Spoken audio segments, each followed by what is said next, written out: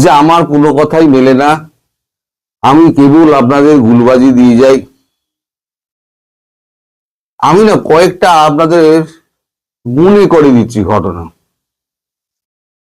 তাতে আপনাদের স্মরণ হতে পারে। আপনারা মানুষের ভুলো মন তো, ওই কারণে বলে রোজ পড়াশোনা করো, কিন্তু ভিডিও তো রোজ দেখা সম্ভব নয়। আমি যখন বলছি আর যখন ঘটনাটা ঘটছে তখন আপনাদের মাথা থেকে ইরেজ হয়ে যাচ্ছে, আপনারা তখন আর রিলেট করতে পারছেন না। আপনাদের প্রধানমন্ত্রী শেখ হাসিনা যখন ভারতবর্ষে এসেছিলেন তখন আমি প্রথম বলেছিলাম যে সর্বদলীয় বৈঠক ডেকে তাদের লিখিত সম্মতি আদায় করে শেখ হাসিনাকে রাখার ব্যবস্থা করা হচ্ছে। হলো তাই। প্রথমে বটবাহিনী লিখলো সব বাজে কথা বাজে কথা বাজে কথা, সব বললো ঢপ ঢপ ঢপ ঢপ ঢপ, উনি মিথ্যে আশ্বাস দিচ্ছেন। তারপরে দেখা গেল যে সত্যি শেখ হাসিনাকে সর্বদলের মানে মিলিত সম্মতিতে তাকে রাখা হয়েছে। এরপর হলো ট্রাভেল ডকুমেন্ট। আমি যখন বললাম ট্রাভেল ডকুমেন্ট দেওয়া হলো, সবাই তখন আবার লিখতে শুরু করে দিলেন, না না না না না ট্রাভেল ডকুমেন্ট দেওয়া হচ্ছে না, উনি সব বাজে কথা বলছেন। আলটিমেটলি আপনাদের খবরের কাগজেও বেরোলো যে শেখ হাসিনাকে ট্রাভেল ডকুমেন্ট দেওয়া হয়েছে। আমি বলেছিলাম এই গঙ্গা পানি চুক্তি হবে না। আমি ভুল করে তিস্তা লিখেছি, বলে ফেলেছি তিস্তাটা আলাদা, বলেছিলাম হবে না, আলটিমেটলি হচ্ছে না। আমি বলেছিলাম ট্রান্সশিপমেন্ট বন্ধ হবে, আপনারা বলেছিলেন কোনোদিনই ভারতবর্ষের ক্ষমতা নেই ট্রান্সশিপমেন্ট বন্ধ করার। আমি বলেছিলাম দেখে নেবেন। আমি এটাও বলেছিলাম যে পাকিস্তানকে মারবে, মেরে কোমর ভেঙে দেবে। আপনারা লিখেছিলেন ভারতের কোনদিন সাহস হবে না পাকিস্তানকে আঘাত করার। সেই পাকিস্তানকে মেরে কিন্তু 8 মে শুইয়ে দিল। আমি আবার বলছি, আবার নতুন করে জিও পলিটিক্স যা হচ্ছে তাতে কি কি হতে পারে, কখন কি হবে আমি সেটা বলেছি, এবার এটাও মিলিয়ে নেবেন। মানে আমি যেগুলো বলেছি আপনাদের স্মরণ করিয়ে দিলাম, দেখুন আপনারা সেই কথাগুলো আমার মিলেছে কিনা। এখন যে কথাটা আমি বলছি সেটাও আপনাদের মিলবে। এই যে আপনাদের দেশ জোড়া এখন ভারত বিরোধী জিগির একটা উঠেছে না, এই জিগিরে আমাদের দেশের মানুষ কিন্তু উত্তপ্ত হয়ে গেছে। তারা এমএলএ কে বলছে, এমএলএ এমপি কে বলছে, এমপি লোকসভায় বলছে, লোকসভা থেকে রাজ্যসভা আলোচনা হচ্ছে, এই সমস্ত কিন্তু হচ্ছে। যখন এই চাপটা যখন ধীরে ধীরে বাড়লো, এবং আপনারা জানেন যে এপ্রিল মে মাসে আমাদের বিধানসভা ভোট আছে পশ্চিমবঙ্গে, এরপরে তামিলনাড়ু আছে, তারপরে আপনার মণিপুর না মিজোরাম সেখানে একটা আছে, খুব আমি শিওর না, ওখানে কোনো একটা রাজ্যে আছে।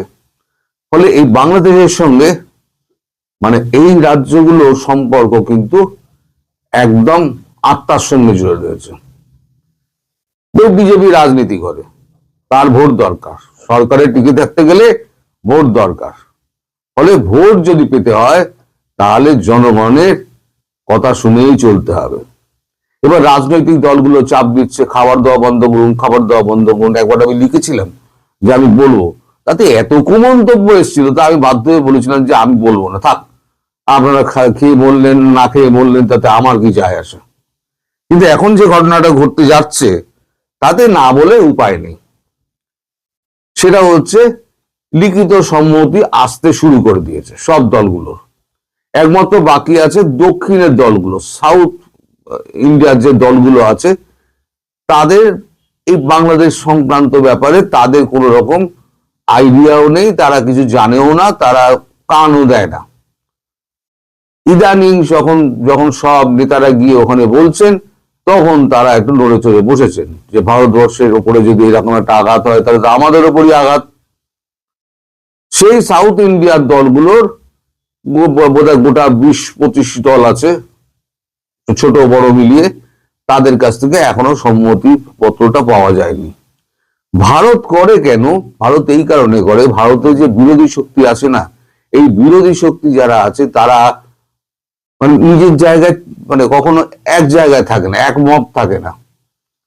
আজকে যারা এই বিরোধিতা করছে, যখন বাংলাদেশে যখন চূড়ান্ত মানে খাদ্য সংকট দেখা দেবে, একেবারে মানে না খেয়ে মানুষ মরার মতো অবস্থা হয়ে যাবে, তখন এরাই তখন ত্রাহি চিৎকার করতে শুরু করে দেবে যে ভারতবর্ষের প্রধানমন্ত্রী নরেন্দ্র মোদী নৃশংস ভূমিকা অবতীর্ণ হয়েছেন। একেবারে কার্টুন ফার্টুন একে নরেন্দ্র মোদীর গোষ্ঠীর পিন্ডি পাকিয়ে দেবে। নরেন্দ্র মোদী ওই জন্য ঠিক করেছেন যে এবার আমি শেখ হাসিনার বেলায় এরকম আমি করেছিলাম, পরে যাতে ট্যাপও না করতে পারে, আমি এবারে লিখিত সম্মতি আদায় করে নেব। উনি তাই বলেছেন সব দলকে লিখিত সম্মতি দিতে হবে। লিখিত সম্মতি সব দল দিয়ে দিলে পরে আমি খাদ্যশস্য বয়কট বন্ধ করে দিলাম, সমস্ত কিছু বন্ধ করে দিলাম, ট্রান্সশিপমেন্ট বন্ধ করে দিয়েছি, সমস্ত কিছু বন্ধ করে দিয়েছি। এইবারে কোনো দল কিন্তু যেহেতু লিখিত দিয়ে দিয়েছে, তারা আর পার্লামেন্টে এসে ঝড় তুলতে পারবে না। এটাই হচ্ছে মোদিজির খেলা। আমি কালকে একটা চ্যানেলে বলেছিলাম, মোদিজিকে যারা বুঝতে পারেন না, মনে করেন ভীতু কাপুরুষ, তারা মোদিজির কূটনীতিটাই বুঝতে পারেন না। মোদিজি হলেন জেফ্রি বয়কট কিংবা আমাদের সুনীল গাভাস্কারের মতো টুকে টুকে খেলার প্লেয়ার। ধীরে ধীরে ধীরে ধীরে দেখুন না, আপনার এই বলেছিলাম ওই চুক্তি হবে না, ওই আমাদের যে বাণিজ্য চুক্তি হবে না, মনে পড়ে? কবে থেকে বলে যাচ্ছি বাণিজ্য চুক্তি হবে না, আলটিমেটলি এখনো কিন্তু হয়নি। ভারত এখনো ডিলে করে যাচ্ছে, আরো ডিলে করাবে, আরো ডিলে করাবে। আমি বলেছি জানো, এই সরকার হবে না, এই সরকারের ভোটও হবে না, এই সরকার থাকবেও না, ভোট আপনাদের হবে না। আমি শুরুর দিন থেকে বলে যাচ্ছি ভোট হবে না, এখনো বলে যাচ্ছি ভোট হবে না। ভোট হলে পরে তখন আপনি আমাকে গালাগালি দিয়েন। ফলে এখন দেখুন, আমি যেগুলো বলেছি সেগুলো কিন্তু সবকটাই সত্য হয়েছে। এখন এই যে অবস্থা দাঁড়িয়েছে, তাতে কি হচ্ছে, আমাদের এত ভারত বিরোধিতা করা হয় পদে পদে। এই মুস্তাফিজুর রহমান, তার সঙ্গে কিন্তু ভারতের কোনো সম্পর্ক নেই, সে কিন্তু বিসিসিআই এর, যদিও বিসিসিআই এর উচিত হয়নি এটা, আগে থেকেই বিসিসিআই এর বলে দেওয়া হয়েছিল এবারে আমরা বাংলাদেশকে নেবো না, তাহলে মুস্তাফিজুর আসতেন না, তিনি সম্মোহিত হলেন। এটা আমাদের বিসিসিআই এর দোষ, এটা কিন্তু আমি স্বীকার করি, মানে যেটা স্বীকার করা সেটা স্বীকার করি আমি।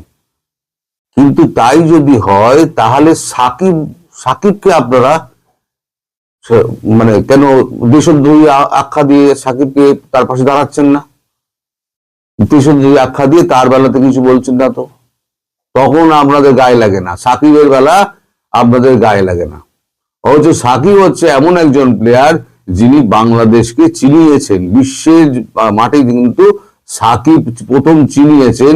তারপরে কিন্তু মুস্তাফিজ যত এসছে, মুস্তাফিজুর রহমান, তারপর আরো যারা এসছে, আপনার প্রাক্তন ক্যাপ্টেন ছিল যিনি পরে এমপি হলেন, এই মুহূর্তে আমার নামটা মনে পড়ছে না, তিনি, এনারা সমস্ত পাত প্রদীপের আলোয় আসেন।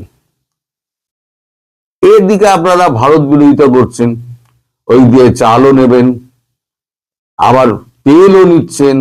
একজন খুব মজা করে ভালো লিখেছে, মুস্তাফিজুর রহমানকে বার করে দেওয়ার প্রতিবাদে ভারত থেকে বাংলাদেশ 1,80,000 লিটার তেল কিনলো প্রতিবাদে। খুব বুদ্ধিমানের মতো খুব সুন্দর করে লিখেছে, আমি গুছিয়ে বলতে পারলাম না, ব্যাপারটা এরকমই উনি যেটা লিখেছেন। তো এই যে জিনিসগুলো এখন হচ্ছে না, এই যে ভারত বিরোধিতাও করবেন অথচ ভারতের মালও খাবেন, এটাই ভারতবর্ষের মানুষ সহ্য করতে পারছে না। মানে এদের খেয়ে খেয়ে খেয়ে খেয়ে না অনেক চর্বি জমে গেছে, এখন এদের চর্বি একটু কমানো দরকার, তাই এদের চর্বিটা এখন কমানো হচ্ছে। এইবার দেখুন, আর একটা আমি যেটা বলেছিলাম যে ভিসা সম্পূর্ণভাবে বন্ধ হবে, এটা লাস্টে বলছি এই কারণে যে এটা আজকে আমাদের কাগজে বেরিয়েছে, এই দেখে নিন, পড়তে পারছেন? এবার আমি পড়ে শোনাচ্ছি আপনাদের। ভারতীয়দের জন্য পর্যটক ভিসা দেওয়ার পুরোপুরি বন্ধ করে দিল বাংলাদেশ, নিরাপত্তা সংক্রান্ত উদ্বেগ নিয়ে সিদ্ধান্ত নিল ঢাকা। আপনারা এটা করে দিয়েছেন, বাংলাদেশেরা দেখিয়ে দিয়েছে পথটা। তাহলে এগিয়ে আছে কি আপনারা বলুন? এই যে ভারত বাংলাদেশ সম্পর্ককে অবনতির জায়গায় নিয়ে যাচ্ছে কে? ভারত কিন্তু এখনো পর্যন্ত টুকটাক ভিসা দিয়ে যাচ্ছে, খুব অসুস্থ মানুষকে কিন্তু ভিসা দিয়ে যাচ্ছে ভারতবর্ষ। তারপরে আপনাদের দেশ থেকে যে সমস্ত মানে কর্মকাণ্ড হচ্ছে, তারপরে আপনারা কি মনে করেন ভারতীয়রা আপনাদের পাশে থাকবে? এখন যারা ট্রিটমেন্ট করতে আসছেন এখানে, তারাও কিছুটা বিপদে পড়ছেন। আমার এলাকাতে আমি নিজে দেখেছি, আমি নিজে তাদেরকে গিয়ে আমি রক্ষাকর্তা হয়ে আমি দাঁড়িয়েছিলাম। এত হেনস্থার শিকার হচ্ছিলেন। এখানে কেউ ঘর ভাড়া দেবে না, ঘর এমনি পড়ে রয়েছে, পড়ে থাক। এখানে যে ভাড়া নেয় তো ঘর ভাড়া দেবে না, থাকবেন কোথায় শীতের রাতে? এটা পরশু দিনের ঘটনা, আমি বলতে ভুলে গেছিলাম আপনাদের। সুতরাং এখানে এসে কিন্তু আপনারা ওরা শান্তিতে থাকবেন না। ভারতের সঙ্গে শত্রুতা করে একটা বৃহৎ গণতান্ত্রিক রাষ্ট্র যার উপরে আপনারা নির্ভর করছেন, তার সঙ্গে শত্রুতা করে আপনারা কদিন টিকতে পারবেন? এই যে খাদ্যপণ্য এই যে বন্ধ হওয়ার সিদ্ধান্ত, তেল ফেল বন্ধ হওয়ার সিদ্ধান্ত, যন্ত্রপাতি মানে আপনার গাড়ির যন্ত্রপাতি সমস্ত কিছু বন্ধ হয়ে যাবে।